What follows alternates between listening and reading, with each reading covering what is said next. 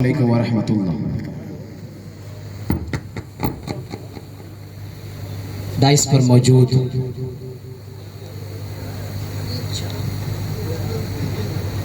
बिहार के JDU minority cell के president, सदस्य बिहार विधान परिषद, हम सबके गार्जियन आली जनाब तनवीर अख्तर साहब, और आज के इस मिलन समारोह की सदारत कर रही मोहतरमा नौशाबा खानम, और हमारे बीच रियासत के दौरे हाजिर में और मौजूदा हुकूमत में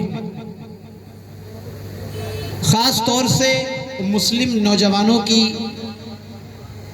शान और मुस्लिम नौजवानों की पसंद बिहार स्टेट शिया वक्फ बोर्ड के साबिक़ चेयरमैन बिरादर वक़ार आली जनाब इरशाद अली आज़ाद साहब तशरीफ़ रखते हैं। उनके बगल में आप लोगों के बहुत अजीज़, हमारे भी बहुत ही अजीज़ हैं, जिन्होंने वाकई अपनी मेहनत और लगन से इस फुलवारी को चमकाया है, सजाया है। नगर परिषद के चेयरमैन जनाब आफ्ताब आलम साहब, और उनके बगल में जदयू अल्पसंख्यक प्रकोष्ठ के रियासती जनरल सेक्रेटरी गुलाम गौस राइन साहब, और हमारे साथ पटना महानगर की टीम में चल कर के आए अफरोज़ आलम साहब, रिजवान अहमद साहब, राजू साहब, शब्बर भाई, शाहिद भाई, ये सारे लोग यहाँ मौजूद हैं। मैं इस बात से अपनी बात शुरू करता हूँ, इस शेर से, कि हमारी आन बनता है, हमारी शान बनता है, हमारी आन बनता है, हमारी शान बनता है, हमारे नाम से अमन की पहचान बनता है। हमारी आन बनता है, हमारी शान बनता है, हमारे नाम से अमन की पहचान बनता है। हिंदू हो के मुस्लिम, सिख हो के ईसाई, लहू जब सबका मिलता है तो हिंदुस्तान बनता है। लहू जब सबका मिलता है तो हिंदुस्तान बनता है। आज के इस मिलन समारोह में जब हम बहुत गौर से देखते हैं तो ये बात समझ में आती है कि जिस कौम से हम बिलोंग करते हैं, जिस कम्युनिटी से हम आते हैं, आज मुझे ऐसा लगता है कि ये कौम, ये कम्युनिटी, ये समाज सियासी मैदान में बेदार हो चुकी है। सियासी मैदान में अपने आप को और अपनी हिस्सेदारी को और अपनी बिहार में होने की जो निशानदेही है उसे बनाए रखने के लिए, उसे साबित कदम रखने के लिए जाग चुकी है। यकीनन 15 साल बनाम 15 साल। सबसे पहले तो मैं आप सबको भी मुबारकबाद दूंगा और खुद को भी,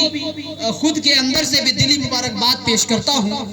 हमारे रियासती सदर जो यहाँ मौजूद हैं, तनवीर अख्तर साहब, माननीय नेता नीतीश कुमार जी का एहसान है मुसलमानों पर कि उन्होंने एक ऐसे शख्स को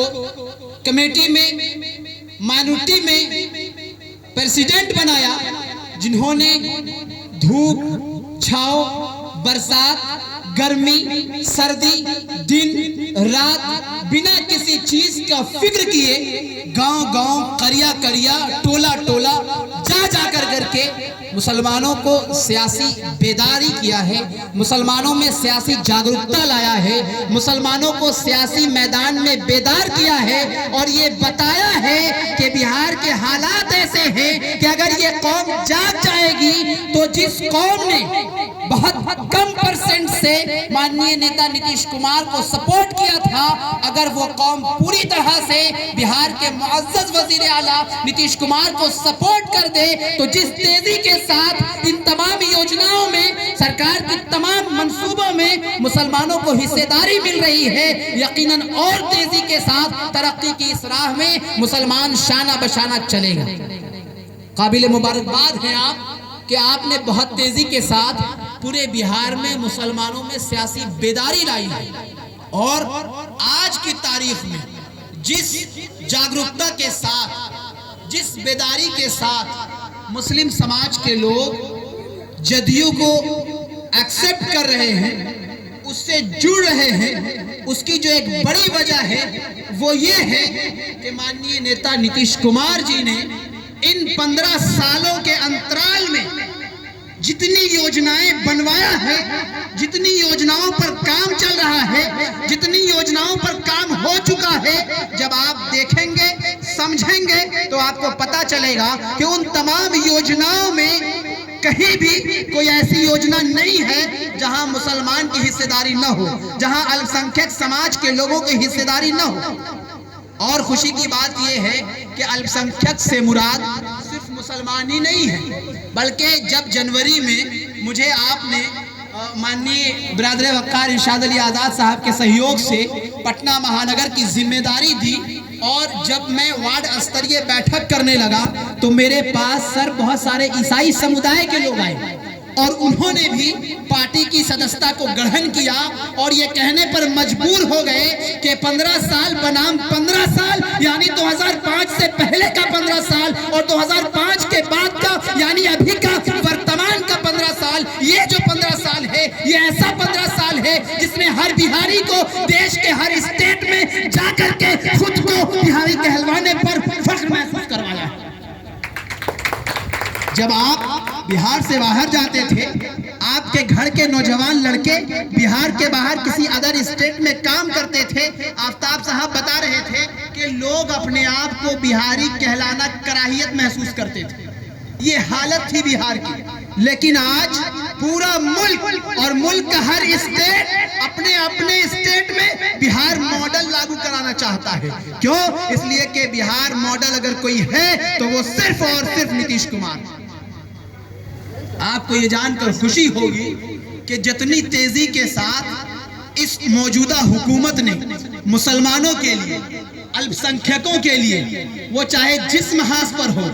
काम किया है, वैसा कोई दूसरा सानी नहीं है। पूरे मुल्क के तमाम वजीर आला की जब आप तहकीक करेंगे तो आपको पता चलेगा कि अगर कोई सबसे मुतहर्रिक, सबसे फाल और सबसे बेहतर और सबसे ईमानदार मुख्यमंत्री है तो वो माननीय नेता नीतीश कुमार जी। आपको फख्र महसूस करना चाहिए। अभी हमारे और आपके बीच से आपके क्षेत्रीय विधायक जो चले गए, जिन्हें पार्टी से हटा दिया गया, वो जाते जाते ये कह गए कि क्षेत्र में काम नहीं हुआ है।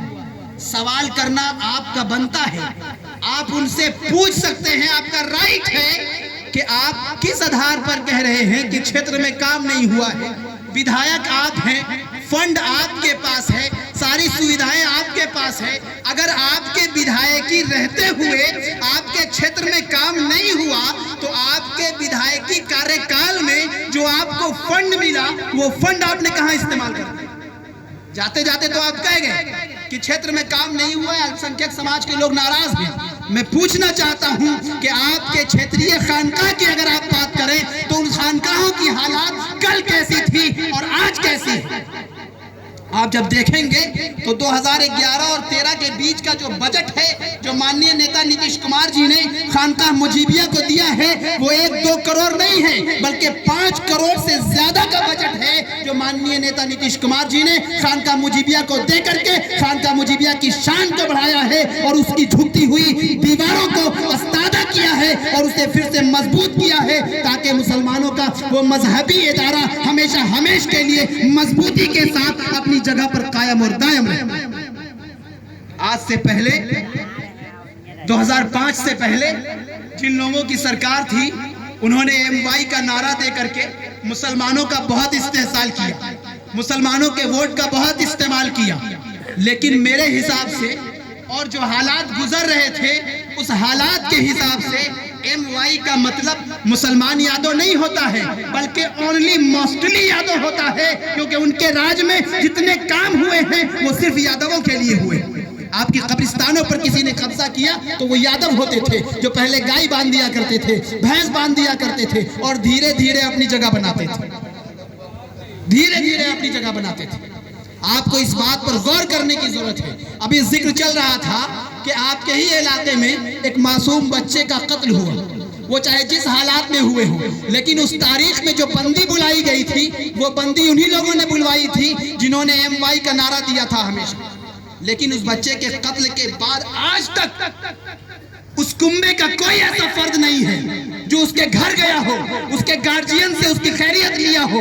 वहीं जब गोपालगंज में एक यादव की हत्या हो जाती है तो लॉकडाउन का उल्लंघन करते हुए माननीय नेता तेजस्वी जी पूरे लॉकडाउन का उल्लंघन करते हुए अपने समाज की पूछ में उसकी खैरियत लेने निकल पड़ते हैं। आप खुद तय कर सकते हैं कि एमवाई का मतलब मुस्लिम यादव है तो मुस्लिम यादव पर काम हो रहा है या सिर्फ और सिर्फ मॉस्टरली यादव है। मैं इन्हीं बातों के साथ अपनी बात खत्म करूंगा। आप समझदार लोग हैं, जी होश और सलाहियत लोग हैं और हर शख्स आज की तारीख में तरक्की चाहता है, उन्नति चाहता है, अपना इलाका, अपना शहर, अपना क्षेत्र और अपने कौम की तरक्की चाहता है। आपको इस बात को तय करना है कि हमारी बेहतरी के लिए, हमारी तरक्की के लिए, हमारे बच्चों के बेहतर मुस्तकबिल के लिए अगर आज कोई है तो वो सिर्फ और सिर्फ वजीर आला नीतीश कुमार है। हमें ये मैसेज देना होगा कि भाजपा का खौफ दिला करके अब मुसलमानों के वोट का नाजायज इस्तेमाल नहीं किया जा सकता, क्योंकि मुसलमान एक ऐसा कौम है जो डरता है तो सिर्फ अपने माबूद से डरता है, इन भाजपाइयों से नहीं डरता। और अगर डरता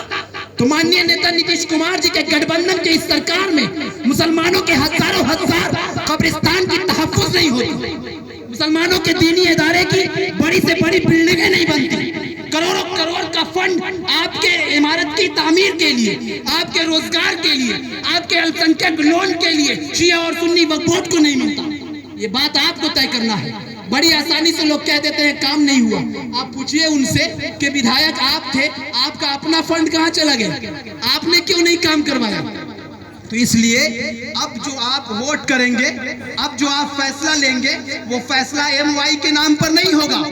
बल्कि ईमानदारी के साथ तरक्की के नाम पर होगा। और जब ईमानदारी के साथ तरक्की की बात करेंगे तो पूरे मुल्क में सिर्फ एक ही नाम होगा और वो नाम बिहार मॉडल नीतीश कुमार होगा। नीतीश कुमार जिंदाबाद, जदयू अल्पसंख्यक प्रकोष्ठ जिंदाबाद, तनवीर अख्तर जिंदाबाद, इरशाद अली आजाद जिंदाबाद।